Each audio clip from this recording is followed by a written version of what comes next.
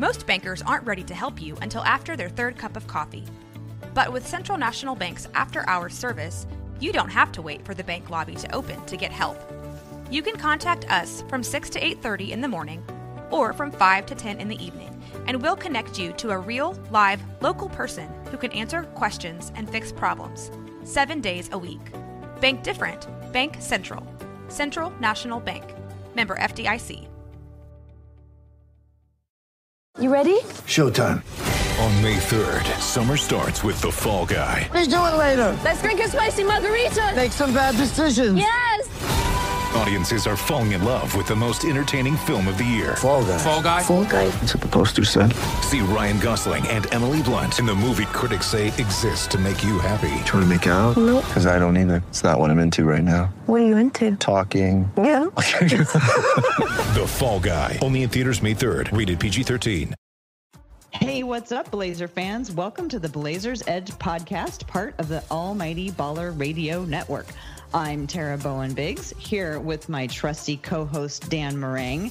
And I have to admit, I am a little starstruck right now because we have a guest today who is one of a duo, which is one of my very favorite podcasts. So I'm afraid I'm going to mess it up and be a little bit too fangirl. So I'm going to kick it over to you, Dan, to introduce our guest. See, I don't know if I'm necessarily trusty, but I can go ahead and knock our guest down a peg or two because I've known him since high school. So, you know, anytime I have Ben on, we can always go back to the trusty days of Beaverton High School.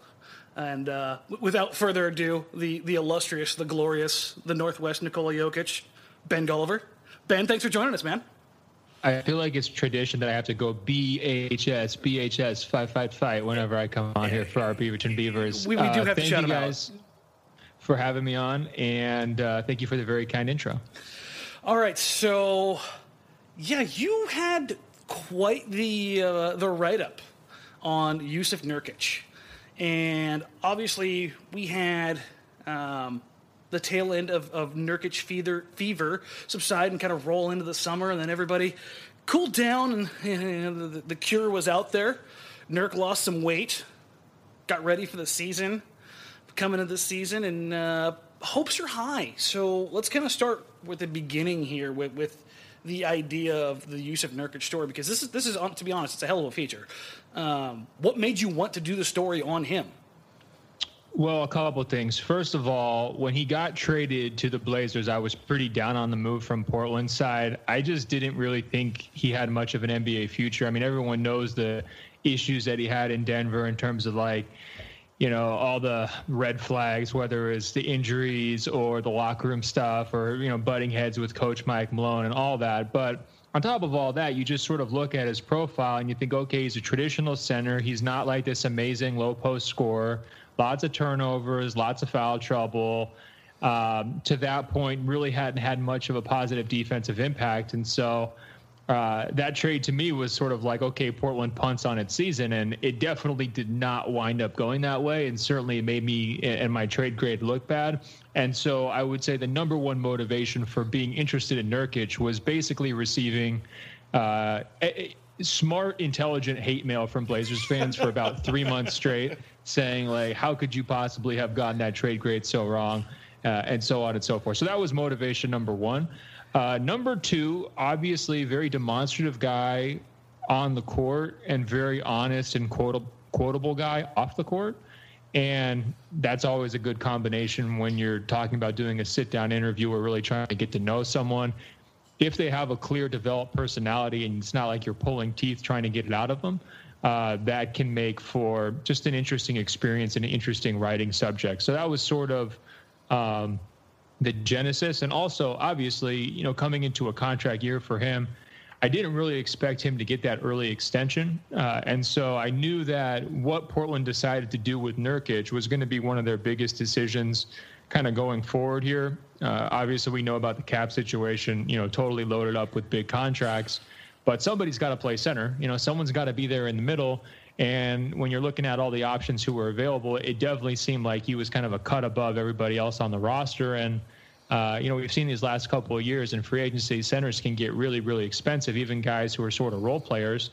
And so this just seemed like a real, you know, big decision, kind of a pivotal moment for this team. And, I've always had a fondness for the Blazers centers. Kind of, I first came up and it was like the Greg Oden era, right? And because that didn't work out, you're seeing just how many different methods they can try to fill that spot. I mean, I'm sure you guys closed your eyes, with blindfolds during the J.J. Hickson era. I mean, there was the Robin Lopez tenure, which was fun and, ultimately probably more successful than I expected. But they've cycled through a bunch of different options there. And I think there was times, especially towards the end of last season, where it seemed like, okay, this guy is the one who's going to stick. So those were the reasons, I think, why I decided to write about him. So more of the story here is keep sending hate mail to Ben. I'm curious that about the article. A lot of us, when Nurkic came here, we heard about the legendary story about his father fighting the 13 men, and he came with a backstory. I'm curious what you learned about him in the course of doing this story that you didn't already know, or what surprised you about him. Well, a couple things. First of all, he sticks by that story about his dad, pretty tightly. I mean, he says that's sort of how he got discovered. He was basically 14 years old at that time where he gets plucked to go to essentially what I would call like Slovenian basketball, like, boarding school or military academy, where he's playing basketball and going to classes all day, every day around the clock, sort of in this like military mindset, to make up for the fact that he really hadn't played much basketball to that point of his career, or I guess his life at that point, and trying to play catch up. So I think that story, while it's so larger than life, it's kind of like Paul Bunn, his dad just takes down these 13 people in a brawl and the agent comes and finds him. It winds up, being sort of his origin, because he's definitely not in a traditional track for how you develop a basketball player. I mean, we think about like Steph Curry, he can barely walk and he's tagging around with his dad in the basketball court, or like LeBron James Jr. I mean, I think the development process for most NBA players, or lots of them, begins probably as soon as they can walk and dribble. And for him, it certainly wasn't that. The other thing I learned about him that just kind of struck me as kind of perfect was that his grandfather was a Bosnian farmer, and he kept bulls, and he was like really passionate about his bull farm. And it makes sense because Nurkic is such a stubborn guy, and I think we can say, very self-interested, have very clear thoughts about his role, his minutes throughout his career. And it's just kind of, you've got this image of like the bulls on the farm, and then his dad, putting all these people in the hospital in the brawl, and then Nurkic just sort of following. I mean, the genetic tree there is very obvious, and I thought that was pretty rich too. But I think my favorite thing from his whole backstory that I didn't know was his 1-year detour to Zadar. And Zadar was basically, it's a smaller town in Croatia right along the coast. And they just happen to be totally basketball obsessed. I mean, the stadium there is 10,000 people. It's bigger than, I believe, than any other stadium in Croatia, if I'm not mistaken, at least for like their Croatian League home games.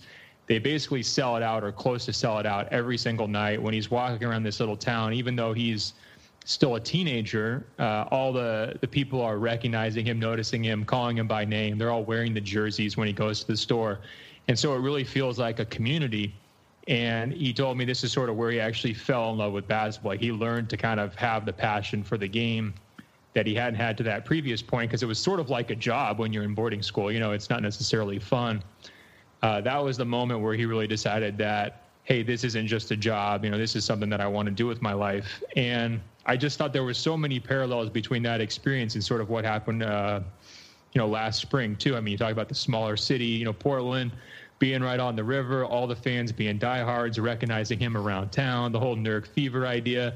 It was just almost like foreshadowing to sort of his Blazers experience. And what really set it off, sort of like the cherry on top of the cupcake, was the fact that he landed in Zadar because he pushed his way out of his previous team. And his coach was actually Alexander Petrovic. So, Blazers legend Drazen Petrovic's brother was his coach. And Petrovic comes to him and says, look, there's not going to be enough playing time. You're going to be the backup. And rather than saying, okay, I'm only 16 or 17, I'm okay with that, I'm going to wait my turn, Nurkic is like, no way, I'm out of here. Like, figure something out. I don't want to wait.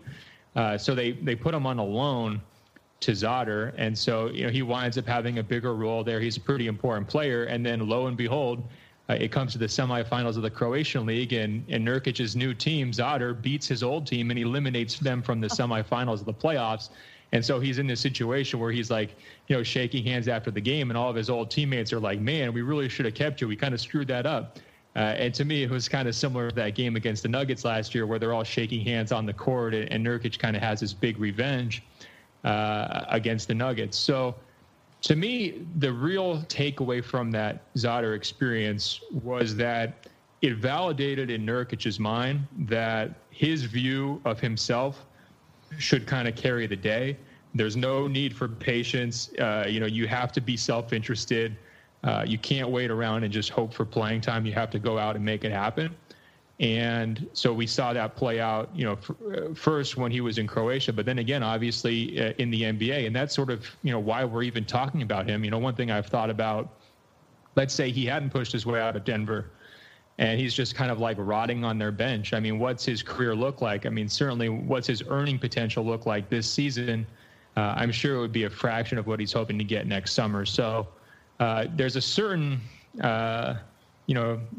admirable quality to how assertive he's been in terms of carving out his role. And that's something that kind of I was drawn to when I was writing the piece. So basically he's an NBA level looper. I mean, that's basically what we're looking at. The idea here that I kind of want to touch on, and I want to cut you off there, Tara, but I wanted to get this one while he's on this particular topic in general. Nurkic's attitude, the stubborn, the bullish, the desire to want to prove himself. For those out there who don't interact or interview or just be around NBA players regularly, how does that attitude differ for him compared to other guys around the league? Yeah, I mean, one thing I'd say is that it's kind of coming in a different package, but it's fairly similar. All these guys are super competitive. I mean, look at like LeVar Ball. What's he doing right now? He's taking his youngest son out of high school to homeschool him. Like, is that really that different than, Nurkic trying to force his way to a better situation? Or you look at like OJ Mayo. He's a guy I profiled over the summer. I mean, he was like the number one player in his high school class. I mean, this guy played at 3 different high schools, kind of same thing for Andrew Wiggins, same thing for Kevin Durant. I mean, these guys bounce around trying to find the best opportunity, the best coach, the best fit. And then, of course, I mean, look no further than sort of the one and done scenario, right? Like, could it be any more obvious how these guys view their careers when they're, going to college? I mean, most of them are already sort of like professionally training for the NBA by the time, finals exams roll around in the spring. So I think from a personality standpoint, he's right in line actually with a lot of American players. I just think the difference was, first of all, he came to the game so late that he was sort of feeling this ticking time bomb or this clock, feeling like he was playing catch up. And then also he was doing it while on a professional contract because those guys over there can get paid, unlike high school players and college players here. So there was some contrast just situationally, but I think big picture, a lot of guys are acting their own self-interest. And I think that's the toughest thing for any NBA coach. When you have a locker room of 15 guys, all of them have people in their lives, whether it's agents, family members, friends, telling them, hey, you got to shoot more. You got to get more minutes. You got to talk to your coach about your role. You got to do this. You got to do that. And the coach's job is to really balance all of those, conflicting stories and bringing them together into one. And I think, what's interesting about Portland as a destination for Nurkic is this is really the first time I think he's kind of felt like he has a home, especially in the NBA. And now he's realizing, or at least I think he's going through the process of realizing that what's best for him may not necessarily be what's best for the team. And again, this is the first time he's sort of had the luxury to sort of weigh those things in his life. And that can be really tricky and that can be disorienting. And I think, he's going through that process right now. That was actually what I was wanting to follow up on, was about how he talked about the team, because the article was really written beautifully. I loved the, how it came together with the comparison of the two cities and, how it ended with the other team and how it ended with Denver and those comparisons. but it was really focused on him as an individual and, sort of as represented by that bowl that you were talking about. But I'm wondering, maybe it made it on the cutting room floor. It didn't quite get into the article, but how did he talk about himself as a member of the team? Yeah, so there was a few things where he was sort of saying, look, he understands why there's a fit. And I think he's definitely looking through it from his own personal perspective, which is a fit to him means, a starting role, minutes, playing late in games, and having teammates that he feels like he fits with. And there's no question, like, he views guys like, Damian Lillard and CJ McCollum as being guys who really help him be comfortable, help him play his best. And they're the type of players he never had in Denver or really at any other point of his career. And so I think that those are sort of the positives to him about the situation that I would actually categorize as sort of like team dynamics, right? Like, you need to have a chemistry between your guards and your big guy to be a successful team in this league. And that goes, basically any point in the NBA in the last 50 years. I mean, that you could say the same thing. So I think he's very appreciative of that. He also likes Stotts a lot. I think the Nets episode recently where he got benched in the fourth quarter, and I guess he played Ed Davis because I think Stotts was looking for more versatile defense in that game. And, Nurkic doesn't play at all in the fourth quarter, and then he mysteriously disappears in the locker room. And then he winds up kind of explaining it away after the fact, saying, I was in the training room or whatever. I mean, that kind of situation where you're getting benched in a critical moment is exactly the type of thing that set him off in Denver. And it really led him to basically not have communication with Malone for months at a time because he was so frustrated over that. And I think what you saw, a different response this time, which was, the next day, I'm sure once he calmed down, he came out and tried to make it right. He gave a statement. He made sure he kind of cleared the air. I talked to his agent. His agent tried to do the same thing. In the immediate aftermath of that, trying to clear the air, saying that, Nurkic, likes everyone there. He's still totally bought into what they're trying to do. And they tried to move forward. And I think for Stotts, it's tricky because, look, there's not that many coaches around the league that are playing kind of traditional fives down the stretch of games. I mean, almost everybody goes small late in games, at least during the playoffs when they're really, really trying to win. And so taking a guy like Nurkic off the court late in the game is a totally natural coaching decision. But it's made a lot more difficult if you're worried that this guy might respond negatively to it and kind of check out mentally. So, again, it's one of those situations where you have a player who doesn't have, 20 years of basketball or like 10 years of NBA experience to be able to put some of these individual coaching decisions into context, and where he still sort of reverts to that bull mentality when it happens. But the fact that he's still, responding after that episode, he had a couple of nice games, and Stotts did, play him late in a few games after that. To me was a promising sign, but I don't think that's a solved problem by any stretch of the imagination. I think they're definitely still working through that. Did he talk much about, or did the two of you talk much about his relationship with Damian Lillard? I've been wondering about throughout the league or throughout the years, if you can think of, center guard combos who had this type of relationship that Damian and Nurkic seems to have, where Damian took him under his wing as soon as he got here and helped him find his way. Can you think of other guard center combos like that? Well, one thing during the interview, there's not really any way for me to write this, but I was like, hey, Nurk, I mean, going from a guy like Moutier to Dame, that's a big upgrade, right? And he just has this big smile on his face like, oh, yeah. He doesn't want to throw anyone necessarily under the bus. But when you're going from very, inexperienced and, unproven point guards in Denver, which is what he had, guys who didn't know who they were, Moutier and Murray. I mean, those guys were still fighting to establish their own NBA reputations. They were worried about themselves. They were not feeling like they were on solid ground at all. And frankly, they're kind of still not. I mean, even a year later, they're still fighting for their reputations. To go from that to a situation in Lillard where everyone knows it's his show, right? Everyone knows that he's going to be on all the marketing materials. He's going to be front and center. He's going to take questions if there's a losing streak. He's going to take the blame. He's going to stand up for his coach, like Terry Stotts, after that Nets game. Lillard immediately is sort of taking that leadership role and saying, hey, look, don't blame Stotts. He knows what he's doing.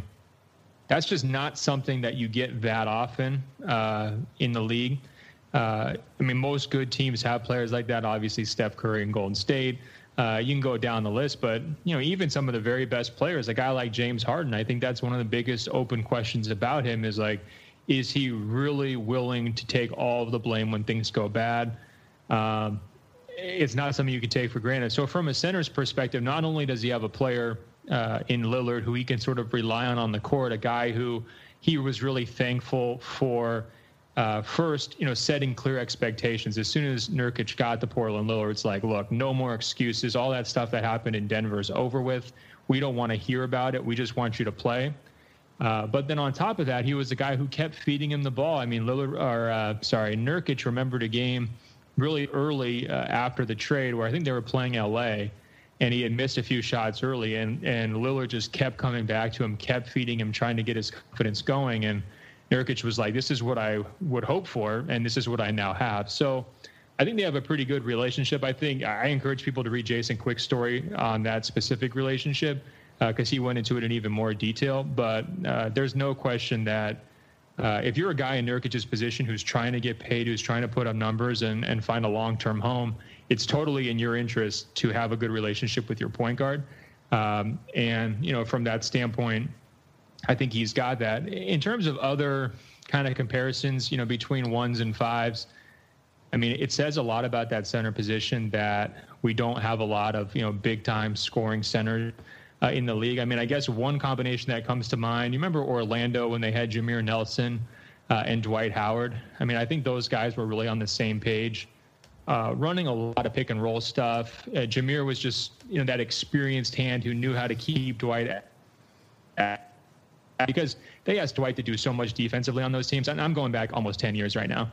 And clearly, peak Dwight Howard's a much better player than Nurkic is. But that is the type of synergy that you can ride a long way in the league when you have a point guard who has the trust of the center, and then you have a center who's motivated because of how the point guard leads the show.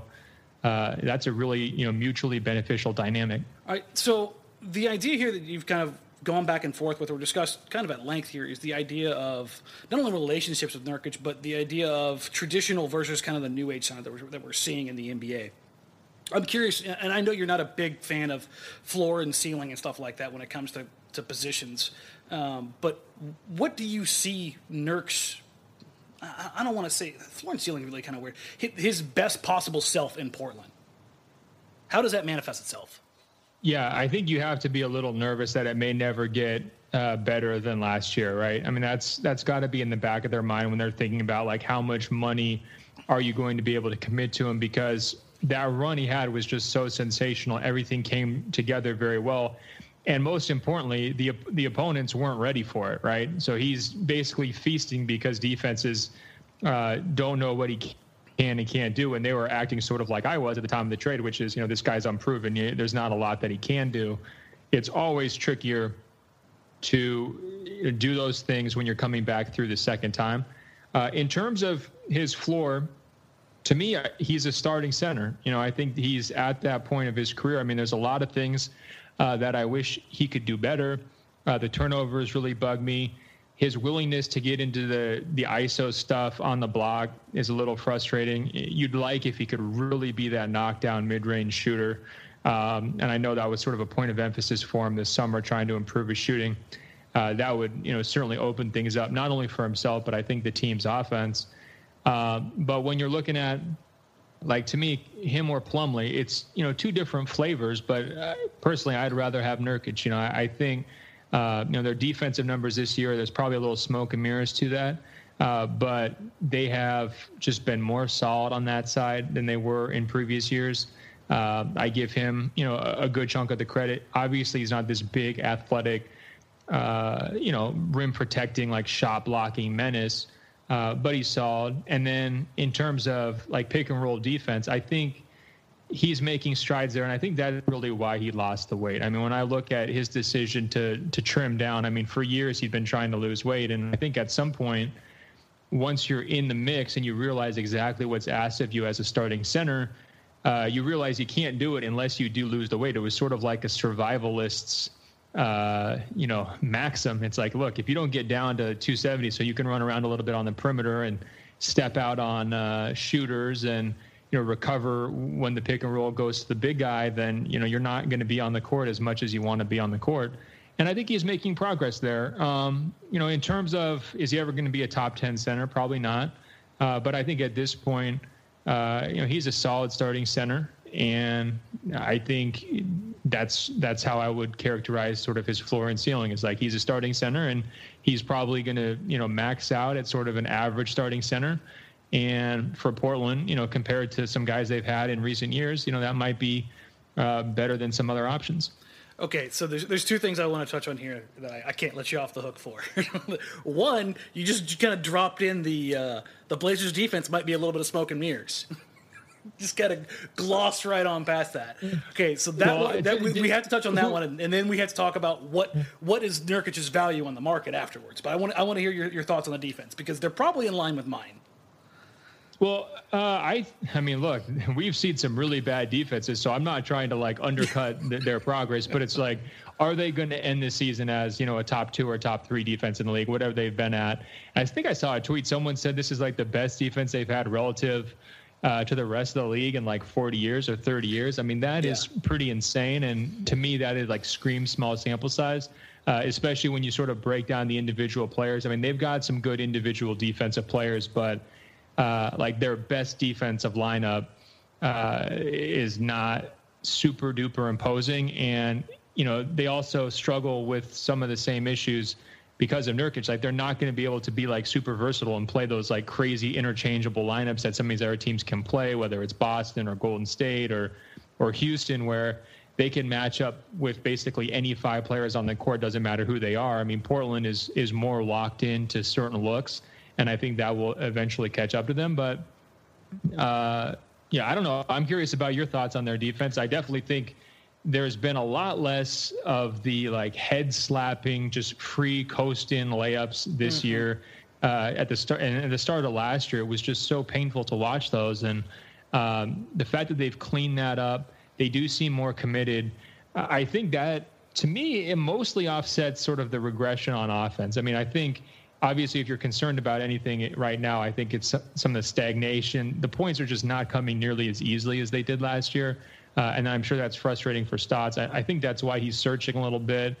I know he's played Myers more in these last few games. I think he's just trying to do whatever he can to create that space, open things up for his guards. But to me, when you look at the defense, it's notably better than it's been in the last few years. And I just don't think it's quite elite, Yeah, no, I think that the main point you want to talk on, I'll let you hop in right after this one, this little point here, Tara. The big takeaway for me is the lack of versatility. They're stuck, even if you take Nurkic off the team and you throw Ed Davis out there, who is, albeit a lot more mobile.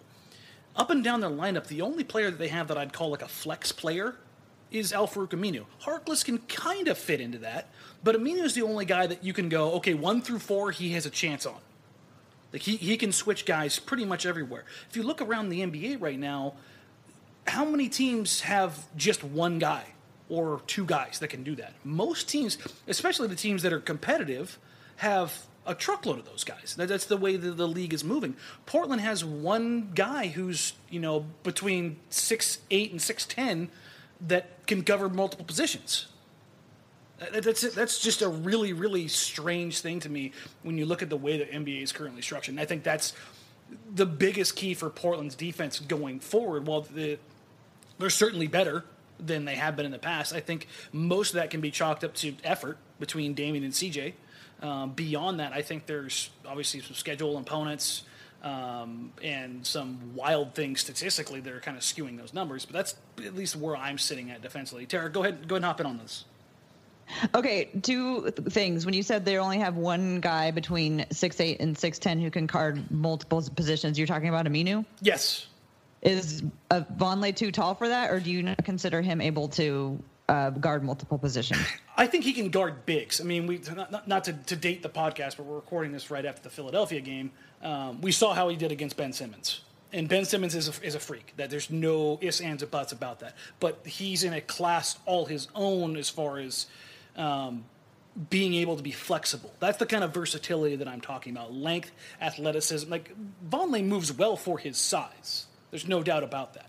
But you're not going to entrust him, at least for long periods of time, to guard a stretch four who can actually put the ball on the floor with and not look bad.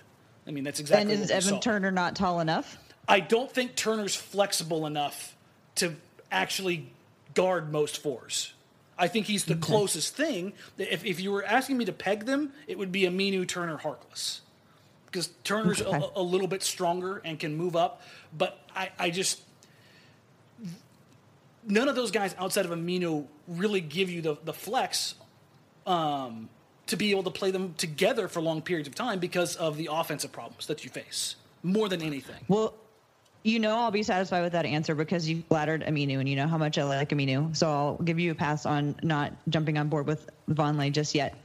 But my other question that I had for Ben has to do with effective combinations. That I don't know how many games you've had a chance to watch this year, but I'm really trying to look and see what are the most effective forward combinations that the Blazers have been able to put out, and to this point, I'm not really sure, and I'm trying to figure out. I believe that Vonleh makes Nurkic better in a lot of ways.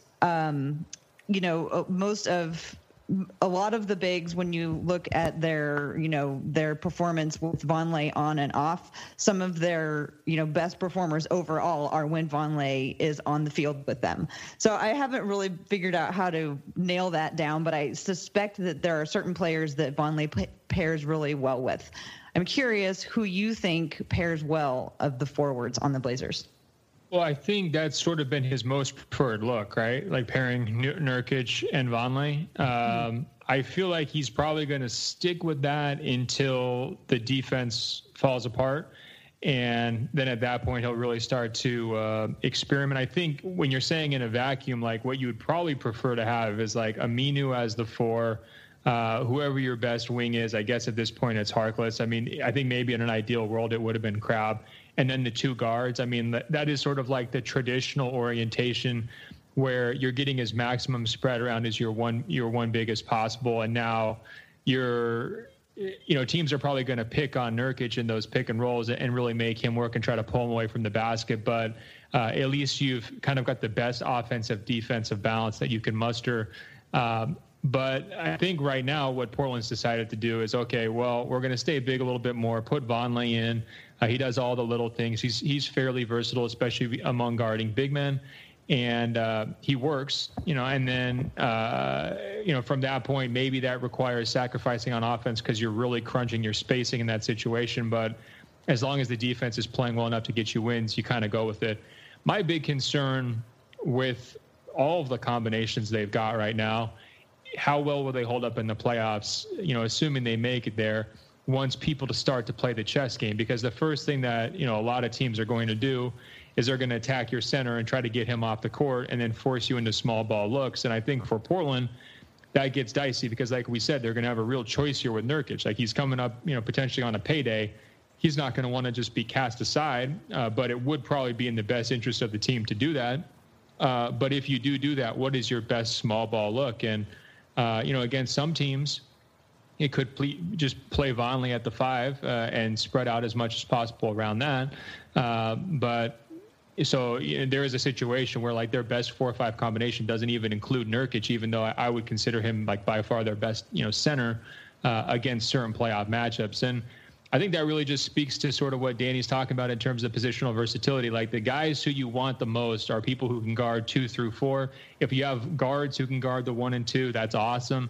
If you have, big men like Vonleh who can kind of guard the 4 and 5, that's awesome too. But the really prized players, especially in the playoffs when you're getting against these high-powered offenses, are the guys who can guard 2 through 4. And Portland is pretty limited on that account. Nurkic could lose 100 pounds. Like, he's not going to be he's not going to be able to guard Kevin Durant. It's not going to happen. And so I think that is sort of a big structural question with this Portland team is like, who's their best 5 in the playoffs? And I think that 5, almost no matter who it is, their ceiling to me is not that high. So, we've danced around this. Danny? He did. It's this. This will get out there. I was Danny in high school. Hey, well, look, in my defense, my middle brother is named Daniel now, but his whole life he went by Danny until he became an adult, and I still call him Danny too. So this is my bad. This is not on Dan. Oh, but it's out there. It's okay. There was never like a delineated point where it happened. I can't like point to and go, this is when it happened. It just became Dan. I don't know when, but yes, throughout high school, it was Danny. Throughout my entire life until that point, it was Danny. So Danny had a second part to his question, and that was God. Yes. What is the going rate of a Nurkic? Great question. I think it's still totally up in the air. Part of the reason the center market 2 years ago, it was like supermarket sweep. Everyone's getting paid, right? Like just let's run around, throw whatever you want in the shopping cart and run out. And all of a sudden Biombo's got like 80 million and Jan Mahinmi's getting paid out of this world.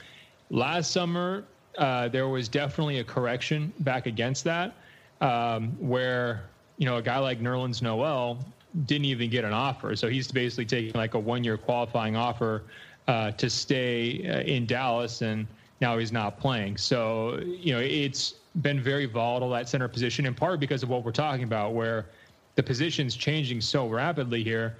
Teams don't even know necessarily what they want to pay for. I think the one thing Nurkic has going for himself next summer is that there's basically two big headliners, DeMarcus Cousins and DeAndre Jordan. And then after that, he has a case as like the best center who's available. So from that standpoint, if there's a team that has cap space that really needs to fill a hole, he should be able to, find an offer out there from a team like that. So that's playing in his style. On the other hand, obviously the traditional center standpoint is going to hold him back, because people are going to say, well, look, unicorns are 3-point shooters and shot blockers and guys who can defend in space. And Nurkic is not a major shot blocker. He's definitely not a 3-point shooter. And he's not the best defender in space. So like the most important things that people want from centers, maybe he doesn't bring to the table. But acknowledging all his flaws, like I said earlier, I think he's better than a player like Mason Plumlee. I think if he winds up starting this whole season and putting up pretty good numbers, he's going to have more earning potential than a guy like, say, Cody Zeller. And then Kelly Olynyk, obviously, had that amazing game against Washington in like Game 7 of the playoffs, but he was still able to get like a $50 million contract, even though he had never truly established himself as sort of like a core player in Boston.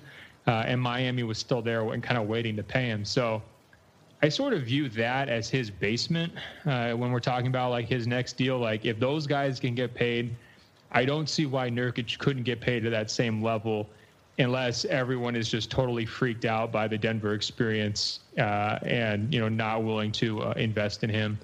The other thing I'd say is the whole restricted free agency thing's tricky, because you have to convince a team to be willing to like name you as the guy and, wait for you to, sign the offer sheet and go through that whole process. I mean, everybody remembers what a headache it was with Nicholas Batum, all that back and forth years ago. So, is Nurkic that level of a player where people are willing to do that for, to like make him a top priority? I do think that's an open question. I think it's also a question because people will probably look at Portland as being pretty highly motivated to keep him, just because like, what are their other options except for, trusting some of these young guys to really grow, or to give Myers Leonard like his 72nd chance, right? Like they don't really have a lot of other great internal options. So I could see some teams saying, look, we're not even going to go after Nurkic because Portland's just going to match. What's the point? But I guess to answer your question, I think the basement would be like that 4-year, $50 million range, or maybe a little bit higher than that, where he's getting paid as like, an average starter in this league, which is right around like the 15 million per year mark. And then his ceiling, I think, it depends on how well he plays going forward. But I don't think his first 2 months here have been like sensational. I think if anything, he's sort of kind of treading water in terms of his earning potential next summer. Yeah, that's kind of one thing I was wondering where you're going to go on that, the cap, because I said the other day that I'd be surprised if it approached 20 million. Like that, to me, like that would mean he had just an absolutely awesome season, averaged probably 18-9, 18-10-2, shot 55% from the floor, and added a ton on both sides of the floor for Portland, and played roughly 30 minutes a night. Like, basically your best case scenario. I mean, yes, I think it'd be more likely that he gets like a 4-year, $60 million deal than a 4-year, $80 million deal. Yeah, exactly. Yeah, that would be my guess. But again, I'm just speculating. I don't know. And I think I've seen enough to say that those bigger numbers, like that 18-9 or that 18-10, I think that ship has sailed. I think he's settling in as like a 15-8 type of guy. And with the capacity to have a big night. Like, the difference between him and a Robin Lopez. Obviously, Robin was like 12 and 10, I think, at his best in Portland, something around those lines. But he never had a big night. Nurk can have a night where he can drop 30 and 15. We've seen that happen multiple times. So I think if you're going to err on the higher side of that group of guys, that's kind of what you're paying for, right? Is the fact that he's younger than all those guys, or younger than they were when they signed those deals, and the potential that he can have the ability to take over a game, which is something that is rare from a traditional big. For sure. Well, the Nerlens thing is interesting to me, though, because let's just say people are scared off of thinking Portland's going to match. I mean, could there be some crazy scenario where the outside market dries up and then Neil just plays crazy hardball and thinks, look, I've got all these other huge contracts on the books. Do I try to make Nurkic come back and prove it for another year? And then with sort of the wink, wink, nudge, nudge that we're going to give you the big contract the following summer. I mean, I think a strategy like that would be super risky and could totally blow up in his face. And I think there's some pressure on Nurkic's agent here. You have to go out there and do what Batum's agent did and lock down that big offer from a team that can actually use you. Remember how he did with Minnesota. And you got to play out that saga. And I think, going through the league right now. How many landing spots do you see? Yeah, not many, because, it's the same thing with Jonas Valanciunas up in Toronto, right? Every time we talk about, maybe he'd be a good trade target. Well, who really wants him? And I think, Jonas, you could argue, has more craft and, more offensive moves one-on-one than Nurkic does. Maybe Nurkic now is a little bit more mobile defensively than Valanciunas is. But if you can't trade Valanciunas, will it be hard to find a team that really wants to invest in Nurkic? I think that's, a fair question. Or another guy you could kind of look at would be Greg Monroe. I mean, he kind of gets, forever tossed linked to Portland. Yeah, and he kind of gets tossed into this whole trade with Bledsoe. People don't necessarily value him that highly. And again, he's one of these players where it's, offense first, defense second. And he's got some real craft to his game too, and it'll be interesting to see whether there's a market for him as well. So there's a lot going on with Nurkic. There's a lot of different dynamics here that are even bigger than him or even bigger than Portland. I mean, it comes down to the entire style of the league. One thing someone mentioned to me that could play in his favor, if some of these guys like Embiid and Porzingis, if they really stick as all-star impact makers for the whole season, do we see a shift where, traditional centers, maybe they come back in vogue just a little bit because you need to have that body for a matchup in the playoffs, right? So with Golden State, we totally associate them with small ball and versatility, but they probably have more traditional centers than any other roster in the league. They have 4 or 5 different centers on that team, and none of them are very good. Zaza plays way too many minutes for my liking. But if they needed to go up against Embiid in the finals, boy, they'd have a heck of a lot of different guys to throw at them. And so, do we see this whole trend towards small ball and mobility and pace and space? I mean, does that start to, slightly reverse course because we finally had a couple of big guys really, break out this season? That could be something else to watch next summer. I've got a question. Actually, Tara has a question that she gave me that I want to bring up. And it kind of falls off the Joel Embiid piece that you did. Basically, what do you think of centers for the future? Obviously, Embiid being the pinnacle of that, but where does Nurkic kind of fall in line in that group? I know you don't see him as a top 10 guy, but do you see him basically by the end of his contract? Let's say he signs a 4-year deal. Is he still viable with the way things are trending? Yeah, and that's sort of what I was getting at. I mean, this could be in flux. Like there could be a correction that's about to play out here because of Embiid and Porzingis especially.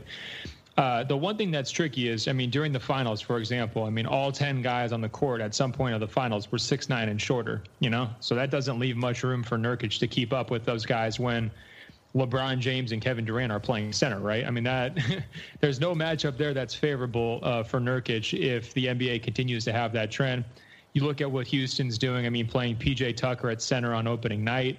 You look at what Boston's doing. You know, Al Horford, I mean, he probably came into the league as a 4, and now he's sort of like one of the physically imposing centers of the league, right?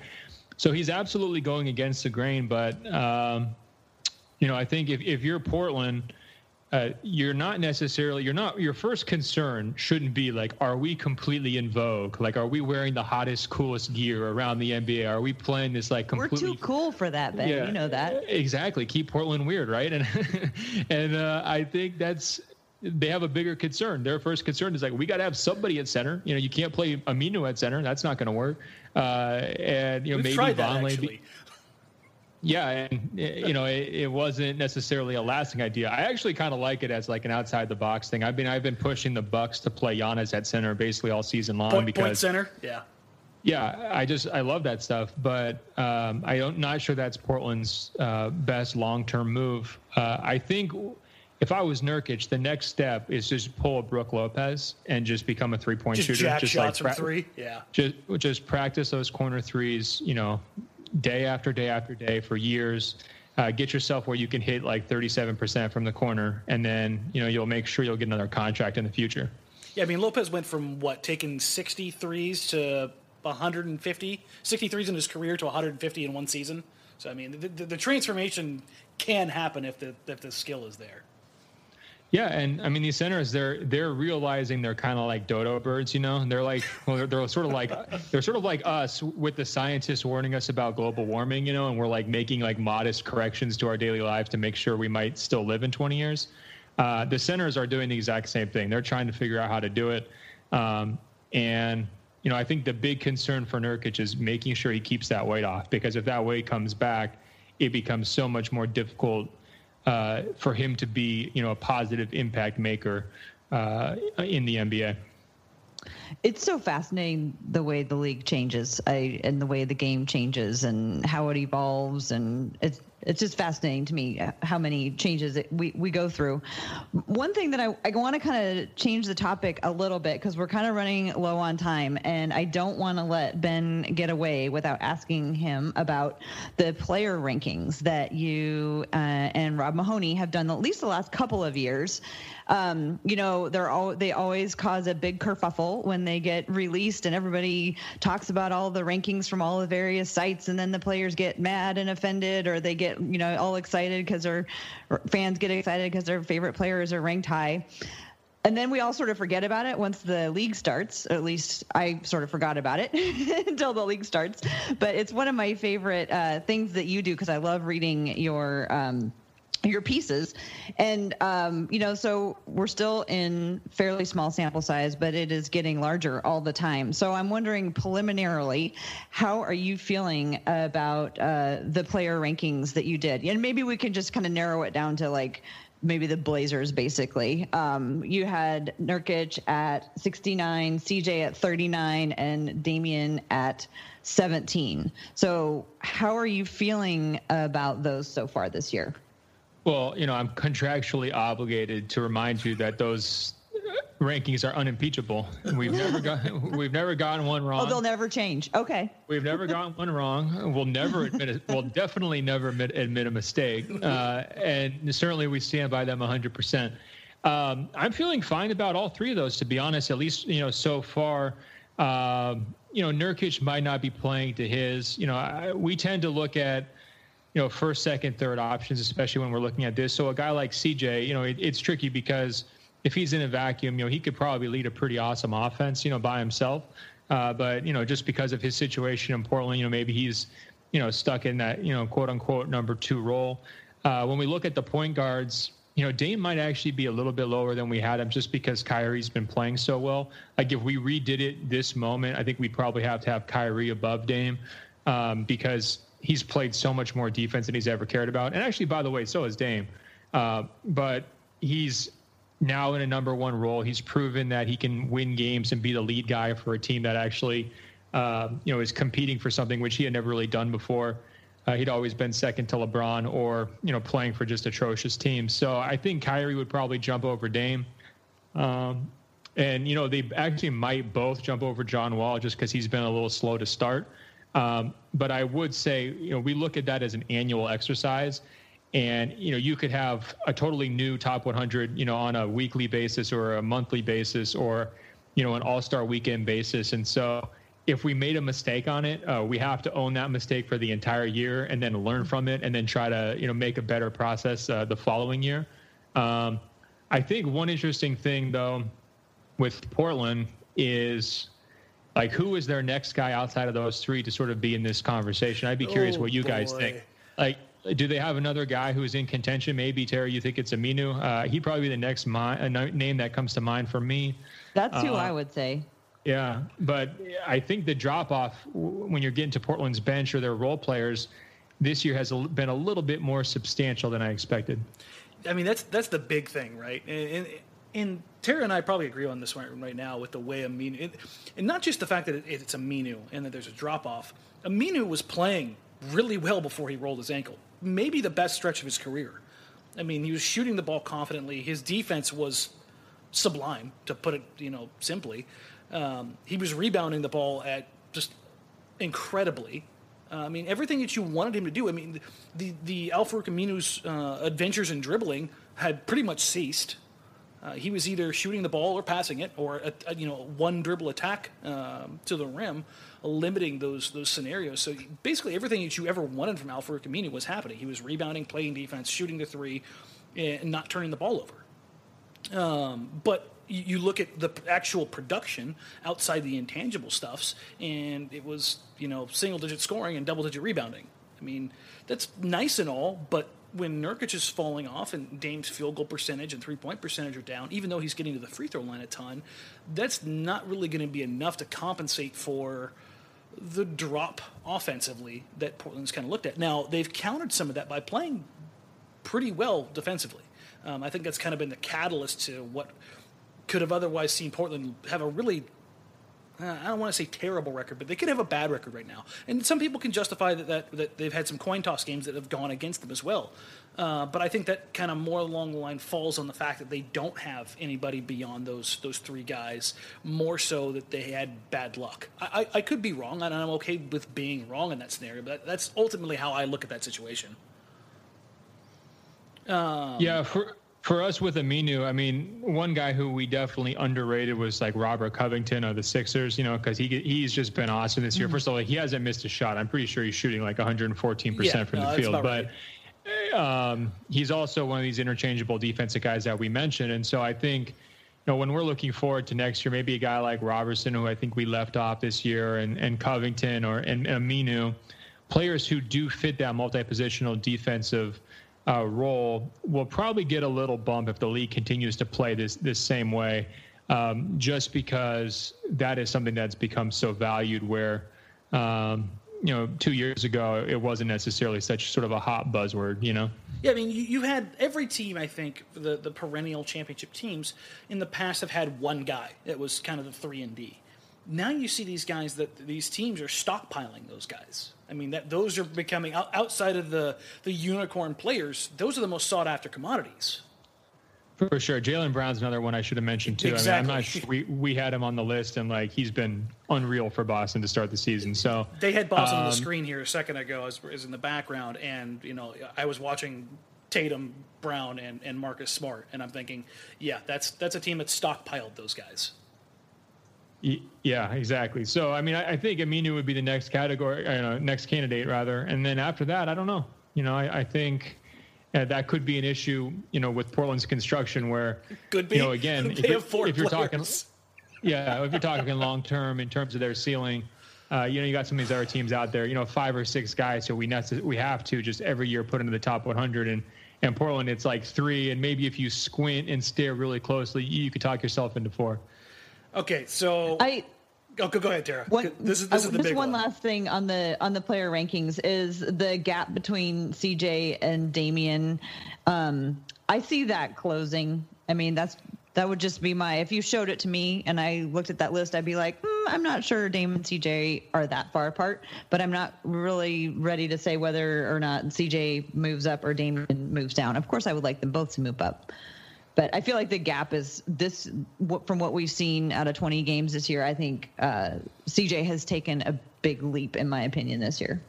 For sure. And, part of what we do, it's, we always want guys to prove it. So, we're looking at this as an annual exercise in that we re-rank every year, but then we also try to look back at their last 3 seasons. What have their roles been? What have their roles been for playoff teams? And for CJ, in certain situations so he's never been the number one guy on a playoff team. He's never sort of been the guy who won a series as the main guy for his team. He's never kind of been in that situation maybe with Durant and Westbrook, where when they were together in Oklahoma City, one of them would miss tons of time. The other one would step up and really show this unbelievable ceiling that we had never seen before. Dame missed a little time last year. But we've never seen fully unleashed CJ. And I think fully unleashed CJ, that totally, is a potential, top 20 guy. I can picture it in my head, him doing a lot of the same things that Kyrie's doing in Boston.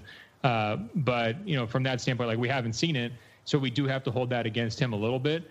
At the same time, there's a lot of value to having a guy like CJ who's willing and able to stay happy in that complementary role. And I think that's one reason why, especially before right now, I've always resisted the talk to break them up by trade, is because, it's not easy to have 2 stars who sort of get along and are buddies and are willing to, play together and alongside each other. But, that could be a question Portland looks at in the future. So you're nailing my segues for me here, man. I love it.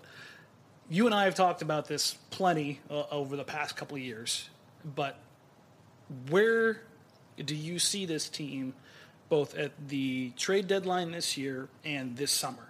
What needs to happen in order for Portland to either progress naturally or to grow or to completely reset what they've got going now for 3 years? Yeah, I think unfortunately because of the commitments they made, not this past summer, but the previous summer, I think they're just sort of in a holding pattern where they're sort of waiting out their previous mistakes. I mean, you pray for a miracle that you could trade an Evan Turner contract. It's probably not going to happen. I think, to me, Portland is still in this position where they could be a 6, 7, 8 seed in the West, especially if they stay healthy with these other teams who are sort of falling off. And I think, history dictates that the Blazers will respond to that as a successful season, and they'll probably try to stay the course.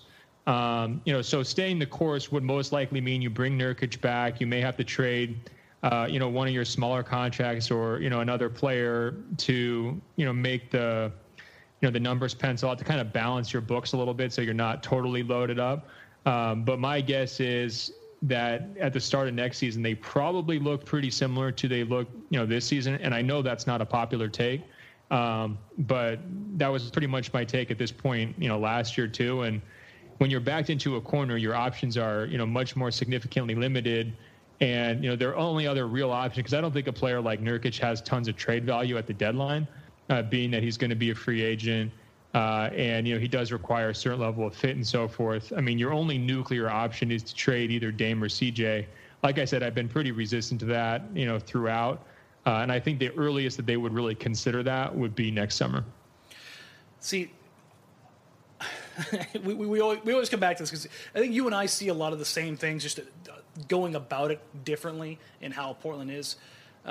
Personally, I'm on the side of the fence that wants to kick the rebuild into gear early. I understand that Evan Turner's contract, even Maurice Harkless and Myers Leonard's contracts are difficult to move. I'm at the point though where we've discussed here that we're the 6th seed, 7th seed, 8th seed, maybe 5th seed. It's kind of their ceiling, and that the holding pattern for that is that best for Portland going forward. I think that Portland's market kind of dictates that that's okay and allowed, whereas in other places it wouldn't be. So I don't know. I find myself kind of going back and forth on this more often than not, siding on blowing it up. But what do you think of the idea that this is kind of a make or break season for Portland as far as the executive staff is concerned? That's obviously Neil O'Shea and down to the coach and Terry Stotts.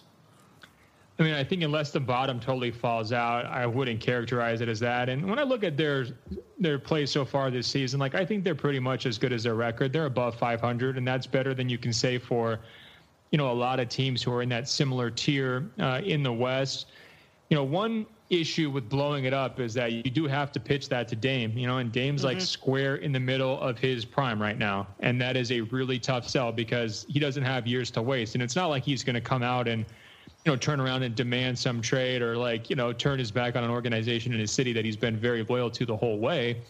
But that's still a very tough sell. I don't want to be the one who has to go to Damian Lillard and say, hey, we're blowing this up. And I guarantee you, Neil O'Shea, after their years and years together of, being BFFs, doesn't want to have to be that guy either. So I think he's going to be resisting that impulse for as long as possible. And usually what happens in these situations is, and we learned this sort of from the Rich Cho era, right? It's, if there's going to be a blow up, it's always the next guy who executes it, right? So I think if I had to wager, Neil's going to hang on for dear life and just keep selling his vision for as long as possible. And as long as they're in the playoffs or very close to it, I think that will be good enough for ownership.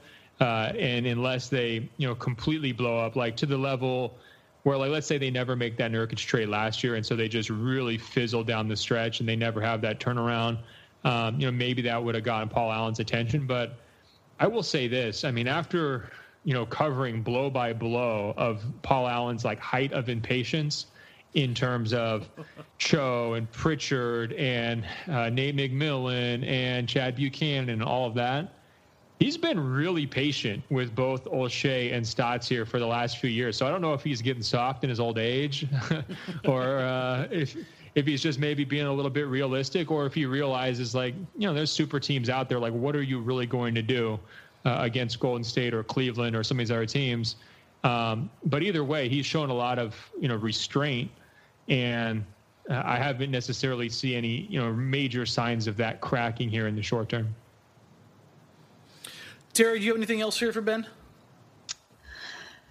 No, I think that I definitely want to put in a plug for the Open Floor podcast, which he co-hosts with Andrew Sharp. It is super entertaining. And so people, after they listen to our podcast, because our podcast is, of course, number one in everyone's hearts, number two in your hearts should be the Open Floor podcast. You guys have great chemistry. You have great rapport. You're funny. You challenge each other. And say hi to Andrew Sharp for me. Maybe I should start calling him Andy. What do you think? Oh, go for it. I'm sure call that'll you go Benny. well. Yeah, I got some Bennies in high school. Danny could probably tell us about that. But guys, I want to say just thanks for having me on, and it was a great conversation. And best of luck with the show and everything else. Appreciate it, Ben. Go ahead and plug everything else that you want to here. SI.com/NBA, at Ben Golliver, BENGOLLL, sorry, 2 L's, IVER on Twitter. That should do it. Tara? Yeah, you can find me at TCB Biggs and on Blazers Edge. You can find the podcast on blazersedge.com and on almightyballer.com.